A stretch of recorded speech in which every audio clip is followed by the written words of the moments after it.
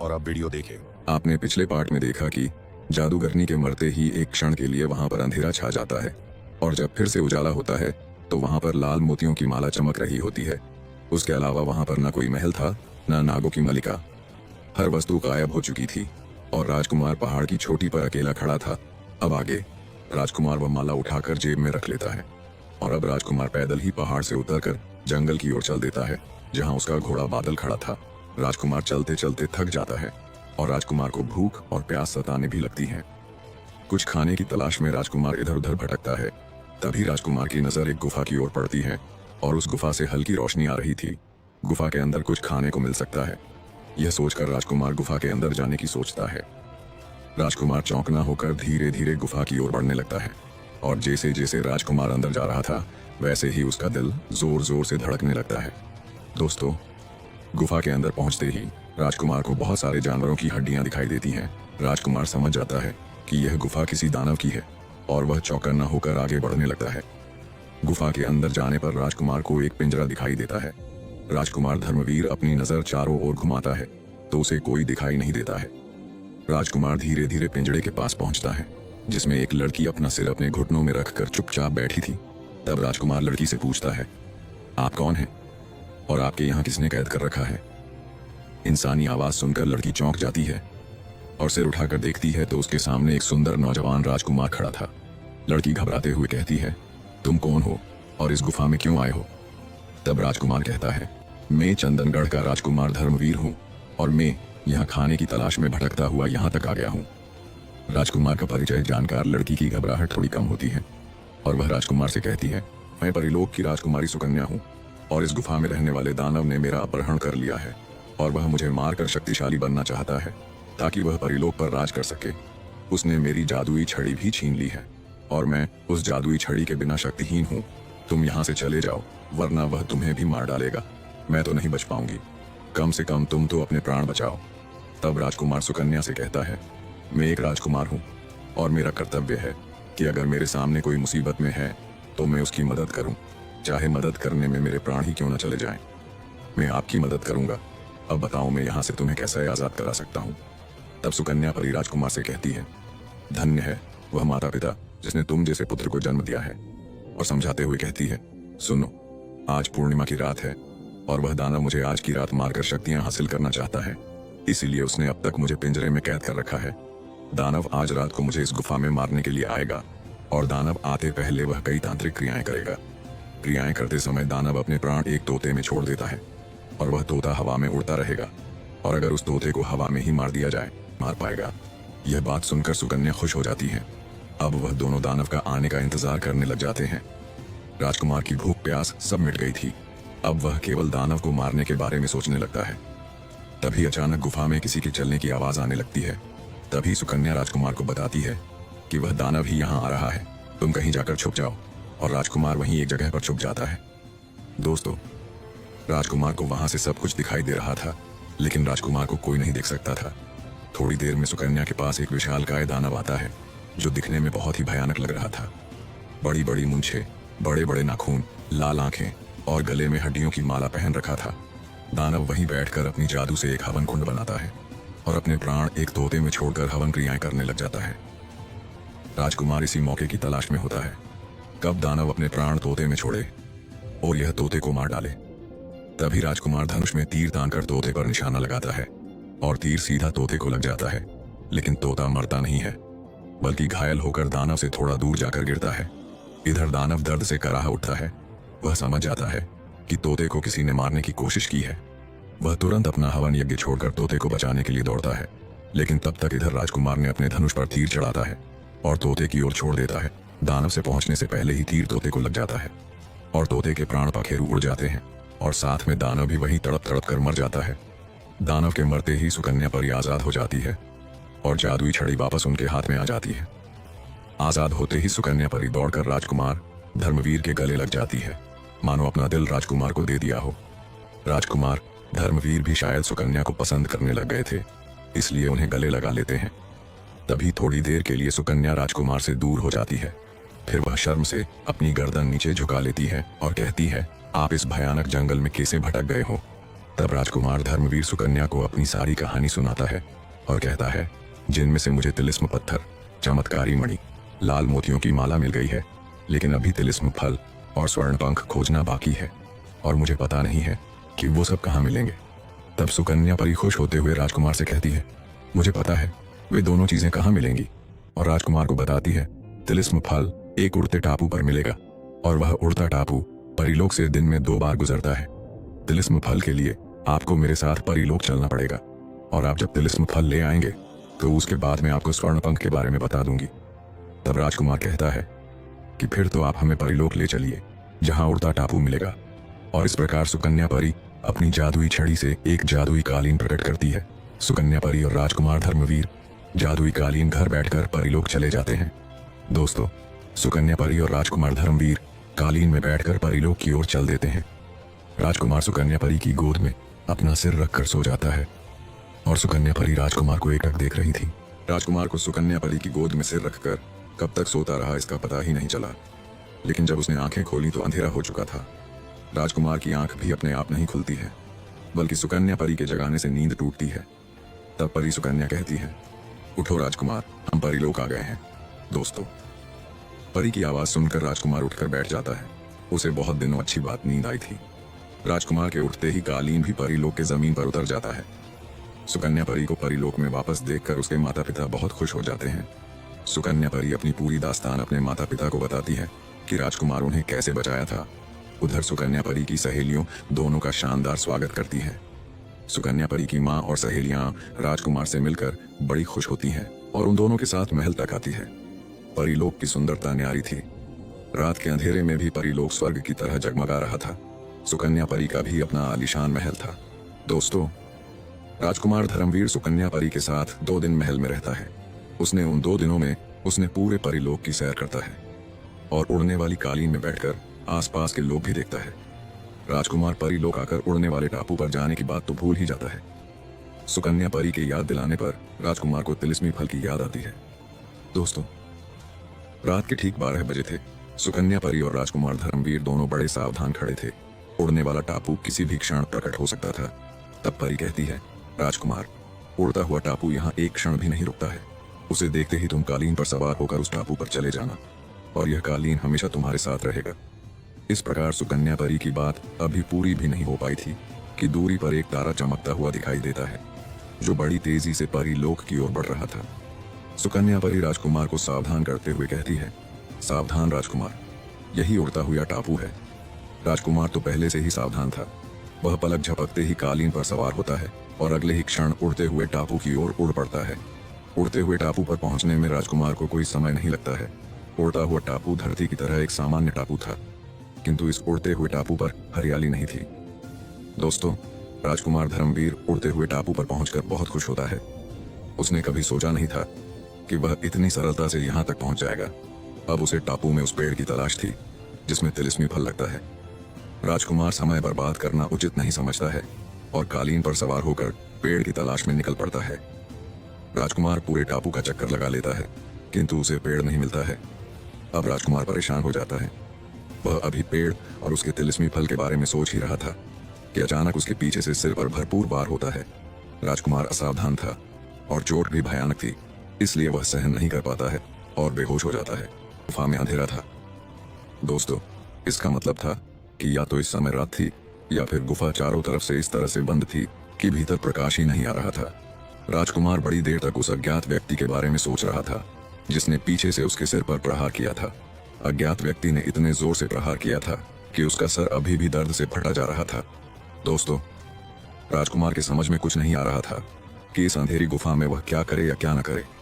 राजकुमार इधर उधर टटोल कर देखता है तो उसकी तलवार उसके पास थी, किंतु अंधेरे में कालीन कहीं नहीं मिल रही थी। तभी अचानक गुफा प्रकाश से भर जाता है। राजकुमार सावधान हो जाता है। उसने अपनी तलवार हाथ में ले लाता है और गुफा की दीवार से चिपक कर खड़ा हो जाता है। यह एक लंबी चौड़ी गुफा थी जिसके द्वार को एक बहुत बड़ी चट्टान से बंद कर दिया गया था। अभी अभी चट्टान हटाने से गुफा प्रकाशित हो गई थी। गुफा में राजकुमार अकेले नहीं था। राजकुमार कुछ दूरी पर हाथी के आकार के 2 विचित्र जीव दिखता है। दोनों दैत्याकार विचित्र जीव बड़े खूंखार दिखाई दे रहे थे। यदि वे बंधे नहीं हुए होते तो राजकुमार को कच्चा चबा जाते। गुफा में प्रकाश होते ही दोनों विचित्र जीवों की नजर राजकुमार पर पड़ती है।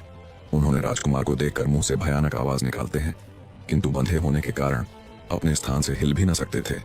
तभी गुफा के भीतर बड़े बड़े नाखूनों वाला एक हाथ आता है और छोटे बच्चे की तरह एक जीव को पकड़कर गुफा के बाहर ले जाता है।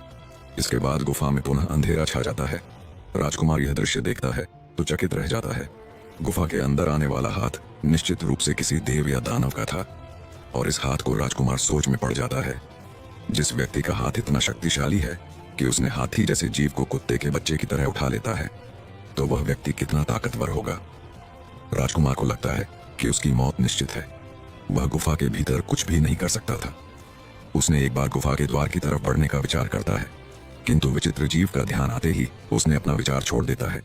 विचित्र जीव गुफा के द्वार के पास ही था और उसके रहते हुए गुफा के द्वार तक पहुंचना असंभव था। इसके साथ राजकुमार यह भी सोचता है कि यदि वह किसी तरह अंधेरे में विचित्र जीव को मारकर गुफा के द्वार तक पहुंच भी जाता है, तो द्वार पर रखी हुई भारी भरकम चट्टान हटाना उसकी शक्ति के बाहर था। दोस्तों, राजकुमार यही सब सोच ही रहा था कि उसके दिमाग में एक नया विचार आता है। तब राजकुमार सोचता है कि क्यों न गुफा के दूसरे सिरे की तलाश की जाए। यह अंधेरे में भटकने वाला विचार था। गुफा का दूसरा सिरा बंद हुआ तो राजकुमार की पूरी मेहनत बेकार हो जानी थी, किंतु राजकुमार के पास दूसरा कोई रास्ता नहीं था। अतः वह गुफा की दीवार का सहारा लेकर दूसरे सिरे की ओर चल पड़ता है। दोस्तों, राजकुमार का भाग्य अच्छा था। वह अब भी कुछ ही कदम आगे बढ़ा था कि उसके पैर में कोई मुलायम चीज टकरा जाती है। राजकुमार टटोल कर देखता है तो यह सुकन्या परी का दिया हुआ कालीन था। राजकुमार की कुछ आशा जागती है। उसे लगता है कि उड़ने वाला कालीन इस काली अंधेरी गुफा से बाहर निकालने में उसकी मदद कर सकता है। राजकुमार कालीन बिछाता है और उस पर बैठते हुए कहता है, ओ उड़ने वाले कालीन, मुझे इस गुफा के बाहर किसी सुरक्षित स्थान पर ले चलो। तभी एक चमत्कार होता है। कालीन राजकुमार को लेकर धीरे धीरे गुफा के दूसरे सिरे की ओर उड़ जाता है। कालीन इस ढंग से उड़ रहा था कि राजकुमार कहीं भी गुफा से टकरा नहीं रहा था, और कुछ ही क्षणों के बाद राजकुमार को प्रकाश दिखाई देने लगता है। इससे स्पष्ट था कि गुफा के 2 द्वार थे और दूसरा खुला हुआ था। कालीन अभी भी धीरे धीरे उड़ रहा था और वह उड़ते हुए गुफा से बाहर आ जाता है। तब राजकुमार कालीन के नीचे झांक कर देखता है तो उसके रोंगटे खड़े हो जाते हैं। गुफा का दूसरा द्वार बहुत गहरी खाई में खुलता था और खाई में ऐसे बहुत से विचित्र हिंसक जीव घूम रहे थे जैसे उसने गुफा के भीतर देखे थे। दोस्तों, गुफा के बाहर आने के बाद राजकुमार राहत की सांस लेता है। अब वह खतरे से बाहर था। कालीन अब तेज गति से उड़ रहा था और काफी ऊंचाई पर था। वह काफी समय तक उड़ता रहता है और अंत में एक ऊंची चट्टान के पास जाकर रुक जाता है। राजकुमार कालीन से नीचे उतर जाता है और यह काफी ऊंचा एक चट्टानी टीला था जिसका ऊपरी भाग समतल था और यहाँ से टापू का अधिकांश भाग साफ दिखाई दे रहा था। राजकुमार टीले के एक सिरे पर खड़ा हो जाता है और इधर उधर नजरें दौड़ाने लगता है। इस समय पूरे टापू पर दिन का प्रकाश फैला हुआ था और टापू की सभी चीजें साफ दिखाई दे रही थीं। टापू पर न तो पेड़ पौधे थे और न ही हरियाली थी। चारों तरफ ऊंची ऊंची चट्टानें बनी थीं। तभी अचानक राजकुमार की नजर लंबे चौड़े शरीर वाले एक राक्षस पर पड़ती है।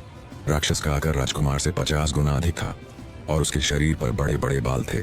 दैत्याकार राक्षस हाथी जैसे विचित्र जीवों को दोनों हाथों में पकड़े जिंदा ही नोच नोच कर खा रहा था और उसको देखकर राजकुमार का दिल दहल जाता है। यह विचित्र जीव संभवतः वही था जो कुछ समय पहले गुफा में उसके साथ था और राजकुमार को इसी दैत्याकार राक्षस से टकराना था, किंतु राक्षस से भिड़ने के पहले उसे उस वृक्ष का पता लगाना था जिस पर तिलिस्मी फल लगता था। अतः राजकुमार चुपचाप यह दृश्य देखता रहता है। दैत्याकार राक्षस विचित्र जीव को धीरे धीरे हड्डियों सहित चबा जाता है। इसके बाद वह मुंह फाड़कर डकार लेता है और तेजी से एक ओर चल पड़ता है। राजकुमार उड़ते टापू का एक बार पुनः चक्कर लगाता है, किंतु उसे कहीं भी कोई वृक्ष नहीं मिलता है। अचानक उसके मन में एक विचार आता है और उसने दैत्याकार राक्षस का पीछा करने का निश्चय करता है। तभी राजकुमार कालीन को दैत्याकार राक्षस का पीछा करने का आदेश देता है और उस पर सावधान होकर खड़ा हो जाता है। कालीन कुछ ही पलों में राक्षस को ढूंढ निकालता है। इस समय वह राक्षस लंबे लंबे पैर बढ़ाता हुआ एक गहरी खाई में उतर रहा था। उधर राजकुमार भी चुपचाप दैत्याकार राक्षस का पीछा करता रहता है। तभी अचानक राजकुमार को लगता है राक्षस का आकार घट रहा है। दैत्याकार राक्षस जैसे जैसे खाई में उतरता जा रहा था उसका आकार छोटा होता जा रहा था और कुछ ही देर में राजकुमार के बराबर हो जाता है। तभी राजकुमार की नजर लाल रंग के एक वृक्ष पर पड़ती है जिस पर हरे रंग का एक फल लगा हुआ था। उसको देखकर राजकुमार का चेहरा खुशी से खिल उठता है। उसे इसे वृक्ष की तलाश थी। इसी वृक्ष के फल के लिए ही तो वह उड़ते टापू तक आया था। दोस्तों, तभी एक और चमत्कार होता है। छोटे आकार का राक्षस वृक्ष का तिलिस्मी फल तोड़कर खा जाता है। फल खाते ही राक्षस का शरीर पुनः बढ़ने लगता है और फिर कुछ ही पलों में वह पहले के जैसा दैत्याकार राक्षस बन जाता है। तब राजकुमार समझ जाता है कि दैत्याकार राक्षस एक सामान्य राक्षस था जो तिलिस्मी फल खाकर दैत्याकार राक्षस बन जाता था। इस फल का असर केवल एक दिन रहता है, अतः राक्षस को प्रतिदिन एक फल खाना पड़ता है। फल खाने के बाद राक्षस इतना शक्तिशाली हो जाता था कि उसे मारना संभव नहीं था। राजकुमार यही सब सोच ही रहा था कि तभी दैत्याकार राक्षस की नजर राजकुमार पर पड़ती है। दैत्याकार राक्षस राजकुमार को आकाश में उड़ता देखकर एक पल के लिए तो चकित हो जाता है, किंतु दूसरे ही पल उसकी आंखें अंगारे बरसाने लगती हैं। दैत्याकार राक्षस क्रोध से चीखते हुए एक छलांग लगाता है और राजकुमार की कालीन खींचकर जमीन पर गिरा देता है। राजकुमार इस आकस्मिक आक्रमण की कल्पना भी नहीं कर पाता है और ऊंचाई से गिरने के कारण उसके शरीर में कई जगह गहरी चोटें आ जाती है। फिर भी वह खड़ा हो जाता है और अपनी तलवार संभाल लेता है। दैत्याकार राक्षस दहाड़ते हुए राजकुमार से कहता है, कौन है तुम और गुफा के बाहर कैसे निकला? तब राजकुमार कहता है, मैं राजकुमार धर्मवीर हूँ और मैं तुम्हारे टापू का तिलिस्मी फल लेने आया हूँ। इसके साथ ही राजकुमार तिलिस्मी कमल और वनदेवी की पूरी कहानी भी राक्षस को सुना देता है। तब राक्षस कहता है, मूर्ख राजकुमार, उड़ते टापू पर आने वाला कोई भी व्यक्ति आज तक जीवित नहीं लौटा है और तूने तो वृक्ष के तिलिस्मी फल का रहस्य भी जान लिया है, अतः तेरा यहाँ से जीवित लौटना असंभव है। इतना कहते हुए दैत्याकार राक्षस एक बड़ी चट्टान उखाड़ता है और राजकुमार की ओर फेंकता है। राजकुमार चट्टान अपनी ओर आते दिखता है तो कांप उठता है। उसको लगता है कि उसका अंतिम समय आ गया है। उसने भय से आंखें बंद कर लेता है और मरने के लिए तैयार हो जाता है। तभी एक चमत्कार होता है। उड़ने वाला कालीन बिजली की गति से आता है और राजकुमार को उठाकर आकाश में उड़ जाता है। दैत्याकार राक्षस का वार खाली चला जाता है और क्रोध से आग बबूला हो जाता है। वो पुनः एक चट्टान उखाड़ता है और राजकुमार की ओर फेंक देता है, किंतु इस बार भी वार खाली चला जाता है और क्रोध से आग बबूला हो जाता है। उसने पुनः एक चट्टान उखाड़ता है और राजकुमार की ओर फेंक देता है, किंतु इस बार भी वार खाली चला जाता है, क्योंकि कालीन इतनी ऊंचाई पर था कि वहां तक चट्टान पहुंच ही नहीं सकती थी। दैत्याकार राक्षस का क्रोध और बढ़ जाता है। अब वह बड़ी बड़ी चट्टानें उखाड़कर राजकुमार पर बरसाने लगता है। राजकुमार अभी तक आंखें बंद किए मौत की प्रतीक्षा कर रहा था, किंतु जब उसने अपने आप को सुरक्षित पाता है तो आंखें खोल देता है। राजकुमार को अपने जीवित बच जाने पर आश्चर्य हो रहा था, किंतु जब उसने कालीन को और दैत्याकार राक्षस को चट्टानें बरसाते देखता है, राजकुमार को एक बात समझ में तो आ गई थी कि जब तक दैत्याकार राक्षस छोटा नहीं हो जाता है तब तक उसे मारा नहीं जा सकता है, किंतु वह अकारण किसी की हत्या नहीं करना चाहता था। अतः उसने एक बार पुनः दैत्याकार राक्षस को समझाने का प्रयास करता है। राजकुमार विनम्र आवाज में कहता है, राक्षस राज, मेरी तुम्हारी कोई दुश्मनी नहीं है। तुम मुझे केवल तिलिस्मी फल ले लेने दो और आराम से उड़ते टापू पर रहो। तब राक्षस कहता है, मूर्ख राजकुमार, मैं तुझे जिंदा नहीं जाने दूंगा।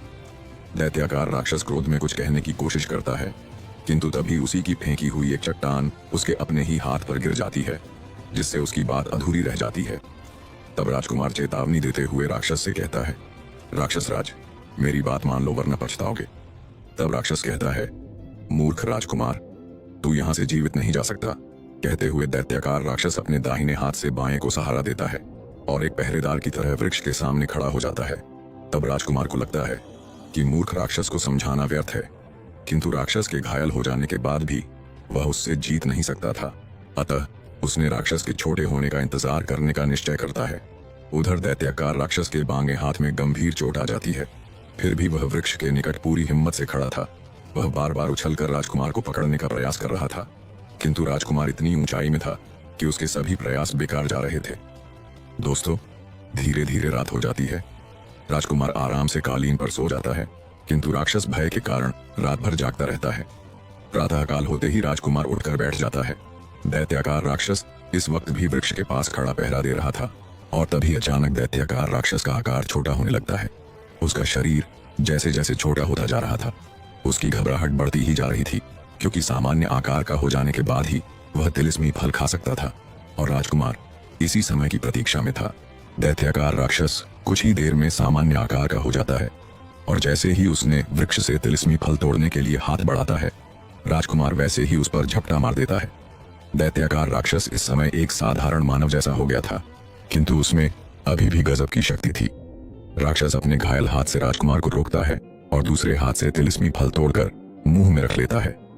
राजकुमार सचेत था। उसने तलवार का एक भरपूर वार राक्षस की गर्दन में कर देता है और राक्षस सर धड़ से अलग हो जाता है और इसके साथ ही उसके मुंह से तिलिस्मी फल निकलकर बाहर आ जाता है। और दोस्तों, यदि राजकुमार एक पल की भी देर कर देता तो फिर राक्षस को मारना असंभव हो जाता। दैत्याकार राक्षस के मरने के बाद राजकुमार फल उठाता है, उड़ने वाले कालीन पर बैठकर परीलोक की ओर उड़ पड़ता है। दोस्तों, राजकुमार धर्मवीर कालीन से उड़ता हुआ टापू से तिलिस्मी फल लेकर परीलोक में वापस आ जाता है, जहां सुकन्या परी राजकुमार का इंतजार कर रही थी। राजकुमार को अपने पास देखकर सुकन्या परी मन ही मन बहुत खुश होती है और साथ में राजकुमार भी सुकन्या परी को देखकर धीरे धीरे मुस्कुराने लगता है। अब राजकुमार को तिलिस्मी कमल तक पहुंचने के लिए केवल स्वर्ण पंख चाहिए थे, जिसे सुकन्या परी बता सकती थी कि वह कहां मिलेगा। राजकुमार सुकन्या परी से स्वर्ण पंख के विषय में पूछता है तो सुकन्या परी कहती हैं, अभी आप थके हुए हैं, इसलिए 2-3 दिन आराम कर लीजिए, उसके बाद सब बता दूंगी कि स्वर्ण पंख कहाँ मिलेगा। तब तक हम भी आपके साथ अपना थोड़ा बहुत समय व्यतीत कर लेंगे। तब राजकुमार धर्मवीर कहता है, नहीं, अभी हमारे पास समय नहीं है। जब तक हमारे राज्य पर खतरा रहेगा हम आराम नहीं कर सकते हैं। आप हमें स्वर्ण पंख खोजने का उपाय बताइए। ऐसा जवाब सुनकर सुकन्या परी थोड़ा उदास हो जाती है और सोचती है कि वह राजकुमार के पास रह नहीं पाएगी, लेकिन राजकुमार का दृढ़ निश्चय देखकर खुश हो जाती है। सुकन्या परी राजकुमार कहती है, स्वर्ण पंख के लिए आपको पक्षीलीक में जाना होगा, जहाँ का राजा एक गंधर्व गिद्ध है। आपको उसी के पास स्वर्ण पंख मिलेगा। और इसके बाद सुकन्या परी राजकुमार धर्मवीर को एक जादुई अंगूठी देते हुए कहती हैं, इसे अपने पास रखना, यह आपको खतरों से बचाए रखेगी। आज प्रातःकाल आप यहाँ से उत्तर दिशा की ओर सीधे चले जाना। 100 कोस चलने पर आपको एक चमचमाता पर्वत मिलेगा। उस पर्वत पर ही गंधर्व गिद्ध निवास करता है। राजकुमार रात भर परीलोक में रहता है और प्रातःकाल उठकर सुकन्या परी की दी हुई कालीन में बैठकर उत्तर दिशा की ओर चल पड़ता है। कालीन हवा से बातें करते हुए शाम तक चमचमाते पर्वत तक राजकुमार को पहुंचा देती है। चमचमाते पर्वत में शाम के समय भी ऐसा लग रहा था कि मानो दिन हो रहा है। हर जगह अलग अलग रंग के पेड़ पौधे चमक रहे थे। ऐसा लग रहा था जैसे राजकुमार किसी पर्वत में न होकर स्वर्ग में आ गया हो। मनमोहक दृश्य था। राजकुमार चमचमाते पर्वत के मनमोहक पेड़ पौधे देखकर उन पर मोहित हो जाता है। राजकुमार पर्वत की सुंदरता एकटक देख रहा था। तभी किसी ने राजकुमार के सिर पर किसी नुकीली चीज का वार करता है। अपने ऊपर अचानक हुए वार से राजकुमार तिल मिला जाता है और अपनी तलवार निकालकर हवा में चलाता है। तभी उसने अपने ऊपर एक पक्षी को उड़ते हुए देखता है जो गिद्ध जैसा दिख रहा था और उसका रंग नीला था। वह पक्षी नीला गिद्ध फिर से राजकुमार के ऊपर हमला करने के लिए बढ़ता है, लेकिन इस बार राजकुमार सावधान हो जाता है और नीला गिद्ध जैसे ही राजकुमार के नजदीक आता है वैसे ही राजकुमार अपनी तलवार से गिद्ध के ऊपर प्रहार कर देता है। लेकिन यह क्या, राजकुमार आश्चर्यचकित रह जाता है। तलवार से नीले गिद्ध को कुछ नहीं होता है, बल्कि उसकी तलवार ही टूटकर अलग हो जाती है। फिर नीले गिद्ध राजकुमार के ऊपर हमला कर देता है।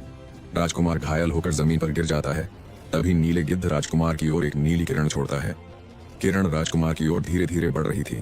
तभी राजकुमार को सुकन्या परी द्वारा दी गई जादुई अंगूठी ध्यान आता है और जादुई अंगूठी को आदेश देता है, हे जादुई अंगूठी, मुझे नीले गिद्ध के द्वारा छोड़ी गई नीले किरण से बचाओ। राजकुमार के इतना कहते ही जादुई अंगूठी से एक लाल किरण निकलती है और नीले किरण से टकरा जाती है। टकराते ही एक धमाका होता है और नीले गिद्ध का वार खाली चला जाता है। अपना खाली वार देखकर नीला गिद्ध क्रोधित हो जाता है और जोर से चीखते हुए अपना मुंह खोलता है। मुंह खुलते ही उसमें से बड़े बड़े नीले रंग के पत्थर निकलकर राजकुमार के ऊपर गिरने लगते हैं। तभी राजकुमार जादुई अंगूठी से तुरंत अपना सुरक्षा कवच बनने को कहता है और जादुई अंगूठी तुरंत राजकुमार की सुरक्षा कवच बन जाती है। नीले पत्थर सुरक्षा कवच से टकराकर चूर चूर हो जाते हैं। अपना यह वार भी खाली जाते देखकर नीले गिद्ध ने अपना मुंह बंद कर लेता है।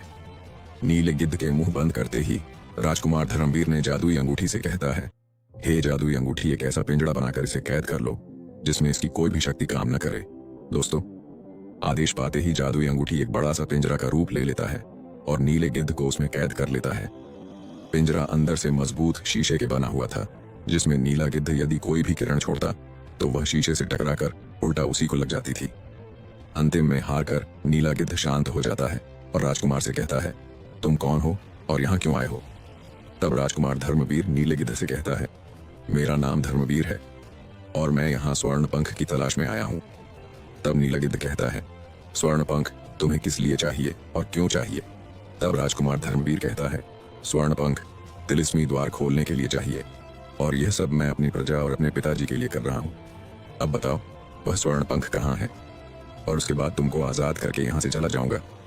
राजकुमार की बात सुनकर नीला गिद्ध उदास हो जाता है और कहता है, वह स्वर्ण पंख केवल मेरे मित्र अदृश्य पक्षी शंखचूड़ के पास है, और वह तुम कभी नहीं पा सकते हो, क्योंकि शंखचूड़ को शक्तिशाली तांत्रिक कपाली ने कैद कर रखा है, और साथ मेरे जैसे दिखने वाले 99 नीले गिद्धों का भी अपहरण करके उनकी बलि चढ़ा दिया है, और उनकी आत्माओं को अपने सिर के बालों में कैद कर रखा है। वह 100वां नीला गिद्ध ढूंढ रहा है बलि देने के लिए, ताकि वह अमर बन सकें और अपने मंत्र की वजह से पूरी दुनिया पर राज कर सकें, और वह अपनी शक्तियों से अदृश्य रूप में रहता है, और मैं उसे बचता फिरता रहता हूँ ताकि मुझे न मार सकें। अगर मुझे मार देगा तो उसकी 100 बलि पूरी हो जाएगी और वह अमर बन जाएगा। अब बताओ, मैं तुम्हें स्वर्ण पंख कैसे दे सकता हूँ? अब तो पूरी बात जान चुके हो, अब तो मुझे आजाद कर दो। आपके इस जादुई पिंजड़े से मुझे इस घुटन हो रही है। तब राजकुमार को नीले गिद्ध के बातों में सच्चाई दिखाई पड़ती है। तभी उसने जादुई अंगूठी से नीले गिद्ध को आजाद करने को आदेश दे देता है। जादुई अंगूठी नीले गिद्ध को आजाद कर देती है। तब राजकुमार धर्मवीर नीले गिद्ध से कहता है, अच्छा ये बताओ, तांत्रिक कपाली तक कैसे पहुंचा जा सकता है, ताकि मैं उससे स्वर्ण पंख छीन कर उसे मार सकूं। तब नीला गिद्ध कहता है, वह हर रोज मेरी तलाश में इस चमचमाते पर्वत से होकर गुजरता है, लेकिन मुझे आज तक खोज नहीं पाया है, और वह हमेशा अदृश्य रूप में रहता है ताकि उसे कोई देख न सके। इस पर्वत के पूर्व दिशा में एक चमत्कारी वृक्ष है, जिसकी पत्तियां खाने से कोई भी अदृश्य शक्ति को देखा जा सकता है। इसी वृक्ष की पत्तियां खाकर तांत्रिक कपाली ने मेरे मित्र अदृश्य पक्षी शंखचूड़ को देख लेता है और उसका अपहरण कर लेता है, और वह वृक्ष उसी के क्षेत्र में स्थित है। दोस्तों, इसके बाद नीला गिद्ध अपनी आंख से एक किरण जमीन में छोड़ता है। किरण के हटते ही वहां पर एक तलवार नजर आती है। उस तलवार को नीला गिद्ध राजकुमार को दे देता है और कहता है, यह लो चमत्कारी तलवार जो स्वर्ण पंख प्राप्त करने में तुम्हारी मदद करेगी। तब राजकुमार धर्मवीर और नीला गंधर्व गिद्ध बड़ी देर तक एक दूसरे से बात करते रहते हैं। नीला गिद्ध राजकुमार को तांत्रिक कपाली की असीम शक्ति तथा उसकी क्रूरता एवं दुष्टता की अनेक घटनाएं बताता है, और ये भी बताता है कि उस चमत्कारी वृक्ष की पत्तियां खाकर हम अदृश्य शक्ति को देख सकता है। तब नीला गिद्ध राजकुमार से कहता है, सबसे पहले हमें उस चमत्कारी वृक्ष की पत्तियां खानी पड़ेगी ताकि हम कपाली को देख सकें।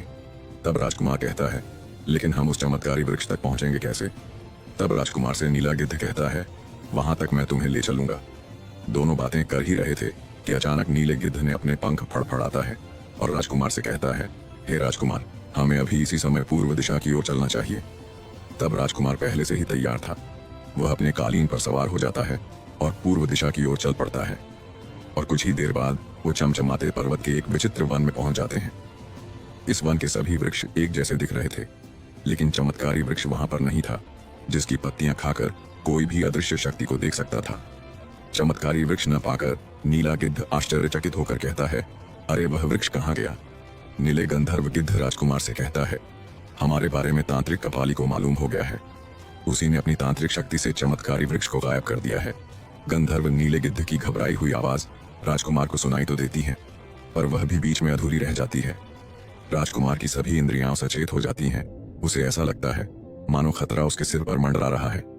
तभी बचाओ बचाओ कहते हुए राजकुमार के कानों में गंधर्व नीले गिद्ध की घबराई हुई आवाज सुनाई देती है, और अंत में ऐसा सुनाई है मानो किसी ने उसका गला दबा दिया हो, जिससे गंधर्व नीले गिद्ध की आवाज घरघरा करने लगती है। राजकुमार अपनी तलवार म्यान से निकालता है और चारों तरफ सावधानी से देखता है, परंतु उसे कुछ भी दिखाई नहीं देता है, न अदृश्य पक्षी, न गंधर्व नीला गिद्ध, और न ही तांत्रिक कपाली। राजकुमार दांत पीस कर रह जाता है। उसके सामने उसके मित्र नीले गिद्ध को तांत्रिक कपाली ले जा रहा था, और वह कुछ भी नहीं कर सकता था। तभी अचानक राजकुमार की नजर जमीन पर पड़ी कुछ पत्तियों पर जाती है। तब वह सोचता है कि यह वही स्थान है जहां वह चमत्कारी वृक्ष था, जिसकी कुछ पत्तियां खाने से अदृश्य शक्ति दिखाई देने लगती हैं। तब राजकुमार तेजी से उन पत्तियों के पास जाता है और उनको उठाकर खा लेता है। राजकुमार की पत्तियां खाते ही एक चमत्कार होता है। अब राजकुमार अगर वीडियो पसंद आया हो तो लाइक एंड सब्सक्राइब प्लीज़।